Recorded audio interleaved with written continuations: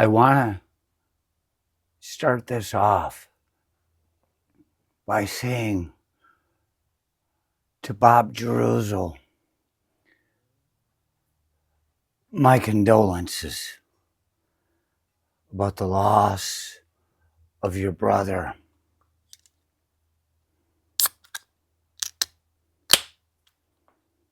And I want to say to Glenn, I've always liked you. Every time I ever saw you, I can say this, it made me feel good. I won't even say good to be alive. I won't say good for anything outside of the notion. It just made me feel good. I was always happy when I saw you. Here's to you, Glenn.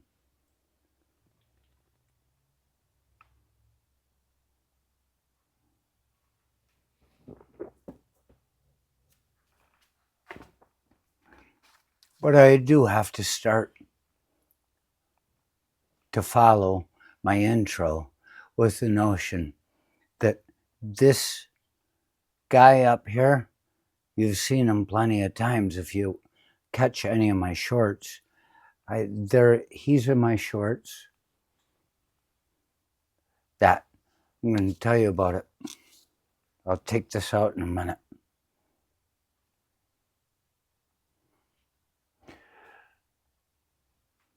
That's a northern pike. That's one my dad and I got together. Pretty sure I set up the fish ante for it, but I can't say that I know. It might have been my oldest brother, the one that loves me, the one that I loved that loves me. But this fish and I, we have a past along with my father. It was a trinity that day.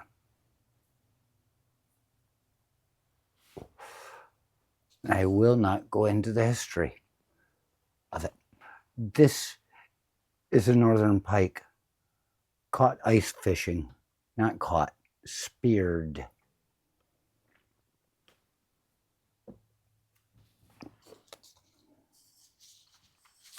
This is a fish. I'm going to see if I can clean it off, and I'll tell you this story about it while I do it.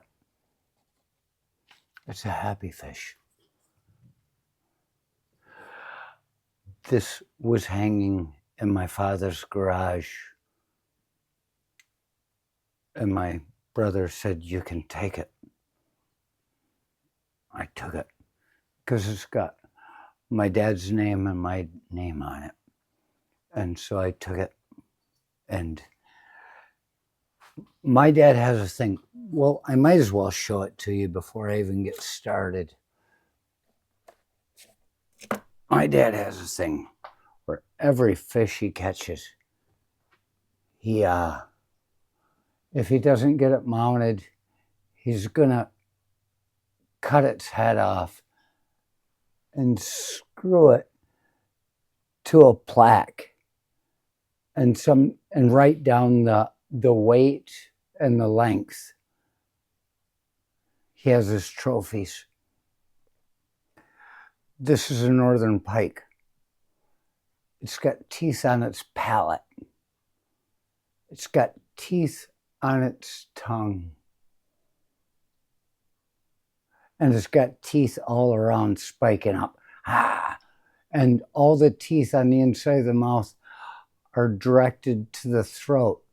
So it's just like a fishing hook that we use to catch them. It can't kick it back. It just has to go one way to get free. This is a fish that is a monster of the Great Lakes inner regions. This is a fish that will take down full-grown ducks. And if you're not Seagull Lake, where they once got a 6-footer found dead up on shore, you should probably pay attention to your children when they're in the water. It's like Jaws. It might not fucking swallow them whole, but it'll drag them down and drown their ass and tear as much off it as they can. An arm would go down quite readily into that mouth. But he's always smiling.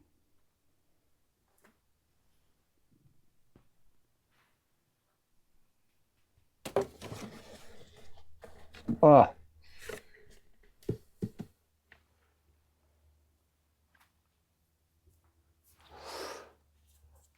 My dad, he cuts the heads off and screws them to a plaque, puts the date, the weight, and the length on that plaque.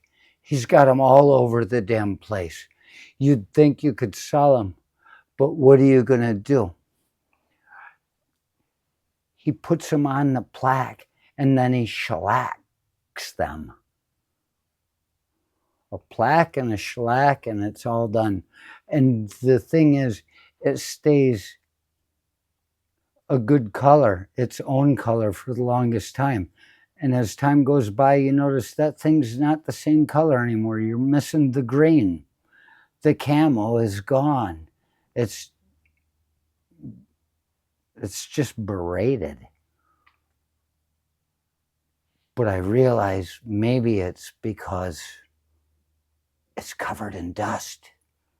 So I'm going to take a big risk today, and I'm going to try to clean this thing off to see if the color of that fish shows through again. And as I was going through the garage, going through the things that need to be and need not, I found a little paintbrush, and this will do just the perfect job. We're going to make a happy fish. So I'm going to start. Oh, look at that. There it comes off.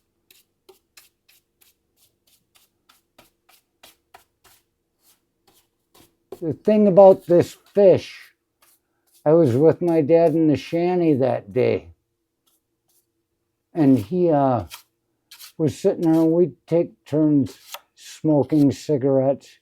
To one point, he said, "Hey, I'm going to have one too." He said, "We might as well hotbox it." And I looked at him and I said, "Hotbox it? You know that requires..."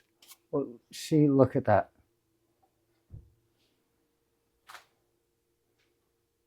It's covered in dust. I don't know if the colors are showing more now or not, but I said, if you're going to hotbox it, you got to have marijuana. And he said, "Oh, I don't know." And he got really nervous, and it was just a joke. But that's the only time I've ever heard people talk about hotboxing something, was when it was talking about weed. And we're sitting there, and you know, in a fish shanty, you can look down, and it's like an aquarium. You can see everything under there because of the light coming through the ice. That's why you have to put snow up around the fish shanty so it doesn't shine brighter, because the fish know that something weird is going on. Just like people don't like getting picked up by aliens when you hear about it, fish don't want to get picked up by us. They see some weird light in the sky and they avoid it. So we're in the fish shanty. You cut a hole in the ice and you put it up over it. You've got it measured out. You know what you're doing. And my dad and I are in the fish shanty. The same one when February 17th, I believe, their time, it came over the radio. My dad was in the fish shanty. Came over the radio that we just sent Tomahawk missiles into Baghdad. And my dad was in the fish shanty listening to the radio in there, and he said, "Stupid, stupid, stupid." He was mad because he thought they were going to get his boy killed. And it didn't happen. But that same fish, Annie, and I'm sitting there with him, and we're on opposite side of the hole with a little heater going, sitting on milk crates with couch cushion, little couch cushion, throw pillow type things for comfort.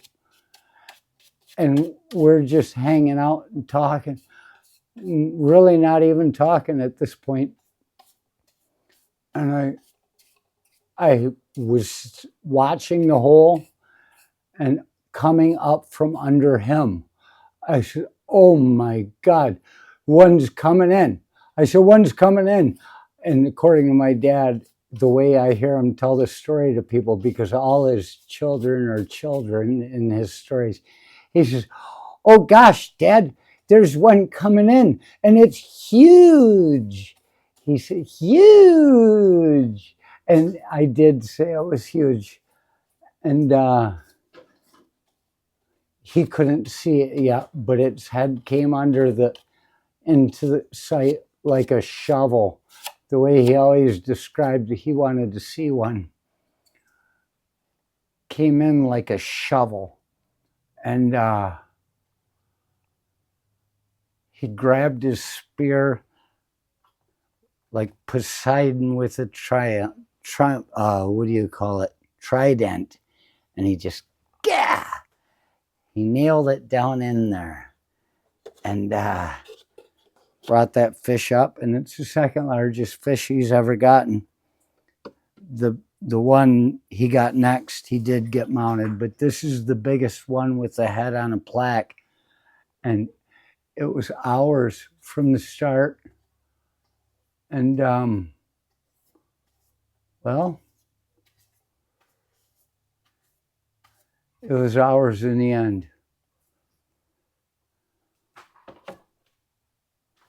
We were able to share this experience with each other. There's more to it than you know, because some things need to be left out to protect the innocent and negate the guilty. And there are still people alive today that we can't talk about being involved because, well, I suppose so far,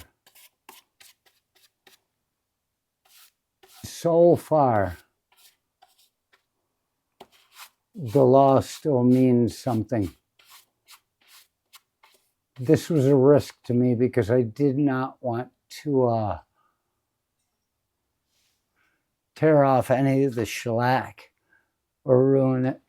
But it's a good fish. It's a good fish. That's a northern pike. That's one with my dad and me.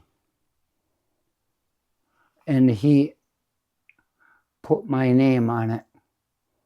Archie, Ulrich, however you want to put it.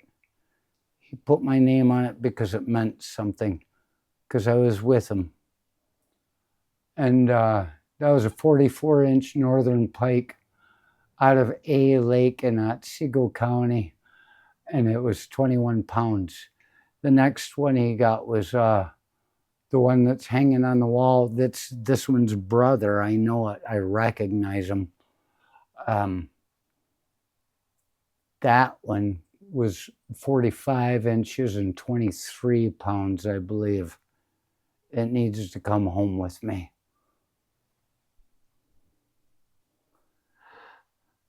Holy mackerel. It's the Jesus fish.